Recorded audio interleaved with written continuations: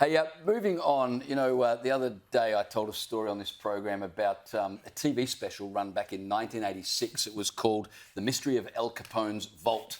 And television networks all over the world ran this special where they blew up Al Capone's vault. And everyone was fascinated by what they would find in there. Of course, when it was blown open, the worldwide television audience was greatly disappointed because there was just some dirt and some empty whiskey bottles. That was it. Well, history repeats.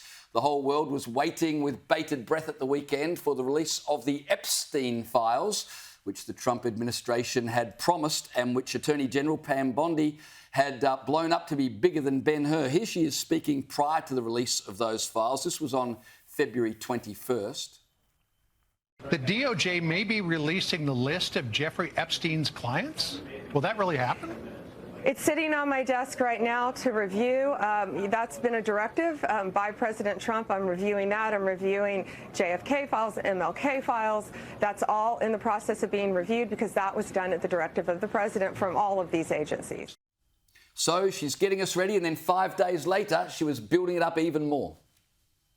There are well over, this will make you sick, 200 victims. 200. We have to make sure that their identity is protected and their personal information.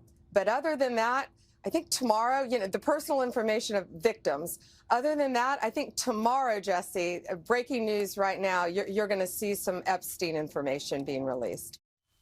We're going to see some Epstein information released. So binders were given out to particular people, marked the Epstein files, phase 1, the most transparent administration in history. All that information was later posted online with this disclaimer from the Trump administration, quote, "The first phase of declassified files largely contains documents that have previously been leaked but never released in a formal capacity." Caleb, it was a bit of a nothing burger. It was like blowing open Al Capone's safe and there was a bit of dirt and some empty bottles, nothing we didn't already know. What more could you ask for it? It's like when, things turn up in newspapers and then 5 days later the government say, "We've got a brand new announcement for you." We already knew about it, for heaven's sake. This is really odd because Kash Patel, who's now in charge of the FBI, has previously talked about how he wants this to be released. He's read the files, etc. Pam Bondi is now saying that the reason we didn't get any more information in this tranche of documents is because the FBI refused to release them. Kash Patel has not publicly commented about this since Pam said that some 3 days ago now. There is something weird going on here, right? Now, whether that is that there are staff in the FBI that didn't release it and now Patel's trying to work behind the scenes, who knows? But he hasn't acknowledged publicly why any of this has happened or how any of this has happened. So it would lead you to ask, why have we not actually seen anything that's of any interest yet? And the fact that they trumpeted it so hard, the release, right? Like they got influencers in and podcasters and whatever and gave them advanced copies of the documents, which was a bit weird to begin with. I mean, it's reasonably standard that media get embargoed versions of documents so that they can publish a story at the same time as something is released publicly. That's normal and standard practice, so you can get the proceeds of these things as quickly as possible. But it wasn't just here's the document in secret, treat it secretly, put your report out at this time on this date. They got them in a publicity stunt and got them to walk around waving the documents around to show that they had them. And then when they opened them up, found there was nothing inside. The whole thing is bizarre. And they had to know it would massively backfire because these influencers, these podcasters, basically, if you're an American podcaster or similar with over 1 million followers, you get invited to these things now, which is a great plus. But some of these guys are the ones that have been following the Epstein story for years and years and years. It was 6 years ago now that this guy suddenly turned up dead.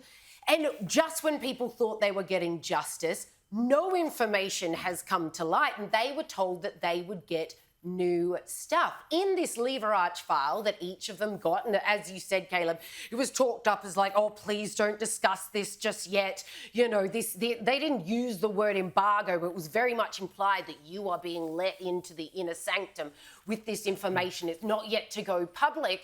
To which these guys went home, read through that Lever Arch file and said, this stuff is years old. There is not one skerrick of new information that has come to light. What was this entire fiasco about? So they've really shot themselves in the foot, particularly Pam Bondi, because, of course, she's very new as Attorney General. This is Trump's pick. People have very high expectations. This is something that the Trump team trumpeted for ages that they were going to do. Same with the JFK files. Haven't seen any of those either, have you? No, me neither. Keep me posted.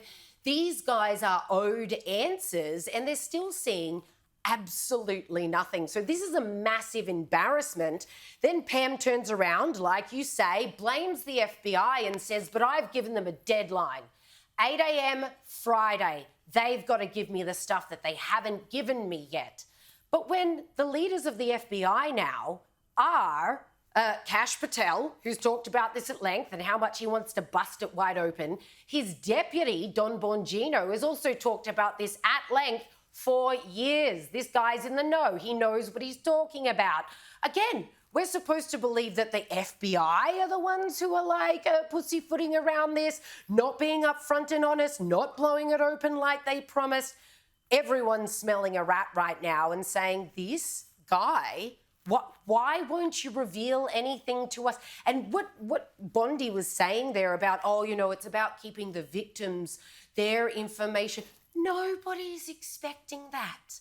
What they want is the client list. You promised a client list. You promised that this thing was going to peel paint off the walls and justice was going to be served at last on these rich and powerful people that participated in a child sex trafficking ring. And still, we got nothing. Meanwhile, Ghislaine Maxwell is serving 20 years, basically in a really nice place with an ankle bracelet on, for crimes that involve no one, apparently, involve absolutely nobody. It's just incredible. Well, Bondi said, you know, promises made, promises kept at CPAC when it came to the release of these documents. I don't think at this point you'd say the promise has been kept, would you? No, not at all.